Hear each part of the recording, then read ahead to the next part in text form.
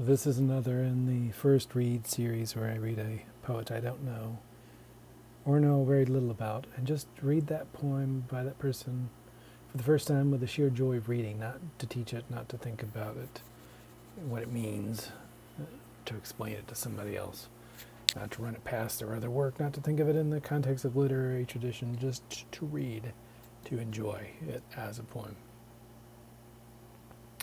This one is from Spork Press, Sporklet 12. I picked it at random. Satya Dash. Just looking at this, I always look at the form of a poem as I look at it. Prose poem format. It's a little bit about Satya Dash down here. Lives in India. All right, sweet. Invocation for rhythm. I'm just going to go through it. It's a prose poem, so I'm not going to focus too much on form specifically. I'll just read. And it has a beginning quotation. Today, someone will walk into the night and then become it. Someone's heart will crowd beloved ghosts, and who am I to say, dance. All right, Cameron Awkward Rich. This kind of preps you, I think, for a certain kind of poem. But we'll get into it.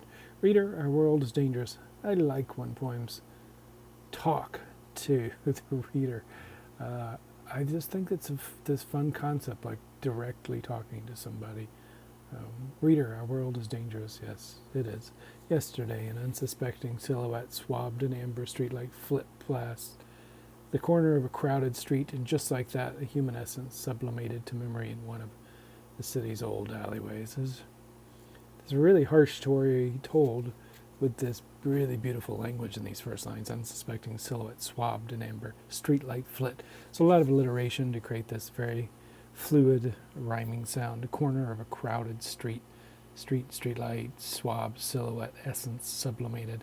All these, words creating this kind of like nice sound to this image that's not very nice here. Along with darkness, the witnesses vanished and became dawn's debt forever. Today in the newspaper, missing person.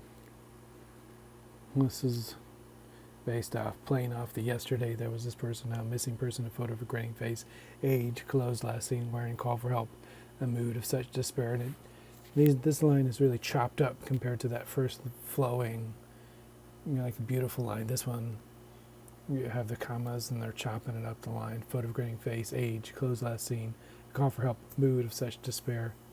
You must feel like if you delineated this, you could break each one of these into a separate line. Who saw this coming? Did you?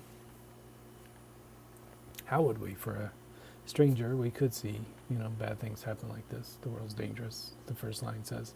In any case, reader, you and I are still here, bereaved and palpitating, ears leaning windward for the unsung music of cold lips, like waiting for the music of cold lips. We don't know whose cold lips are these. Are they the cold lips of that person who's dead from the beginning, or just waiting for music? I admit my primal need, this desire for the singing to come, I'm assuming. I want to grab you in my affliction, shake you, and kiss your sores. This primal need to do this. This is all we'll ever have, which is, kind of like this dance of touch and of song here that happens because the world is dangerous and stuff happens and you might not have seen it coming. It just happens. So what do you have? You have the moment. This is all we will ever have. Our bones shimmering, intertwined gelatin, our bones of eternal contention. Twilight smiling, stay here where the feast lies. Reader, my notion of body changes with every wound. I'm not sure if a God is a sign for watching over me my startling faults. Maybe funny, we should had a God to watch over our faults. Individual God for this. Stay here. It's like telling the reader to stay here. Still, I'm curious to detect the note of permission in dark wine.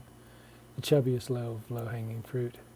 The years confirm that satisfaction lies in the clawing of knowing, like trying to get towards knowing, trying to define that note of persimmon in the wine. Readers, I've lived in the margins despite owning the heartlands. For there was joy once in being my own observer. This is interesting, like owning the heartlands, but going to the edges of it to look back in to try to see oneself, to catch oneself. This, this reminds me of this concept in Buddhism, there being a watcher who's watching your actions, these desiring things that happens in your heartlands, but really you're not who you are, and you have to step outside to see that. Once I caught myself crying on a writhing mirror's glass of my eyes, shining like untamed silver, smelling like incense timber.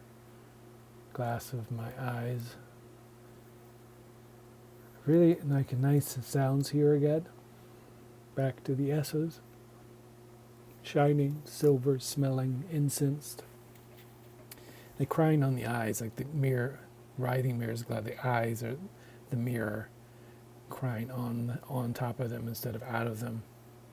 That's an interesting idea. Reader, do me a favor, find a rhythm to sway to. This is the idea of dance that's been going all the way through this whole thing. That quote in the beginning it's like our primal need is just to move, to find some way to hold the bones together with all the sores. Awful, beautiful, beautiful, awful. Yes, that's that play, like awful that it's all we have, but it's also beautiful in that it's a dance. And that's this back and forth between beautiful and awful. Like an invisible thump of underground drum beats or faceless lover's arms, time to time cradling your quivering chest. In any case, I think you'll make it. Which, making it, I think, feels like in this poem it's just literally living to feel the rhythm of living. Feel the dance. So, Satya Dash, this is an interesting poem. I like this one, Invocation for Rhythm, this sense that there's a rhythm in things we need to feel. I feel like to dance so that we can deal with the danger of the world in its own way.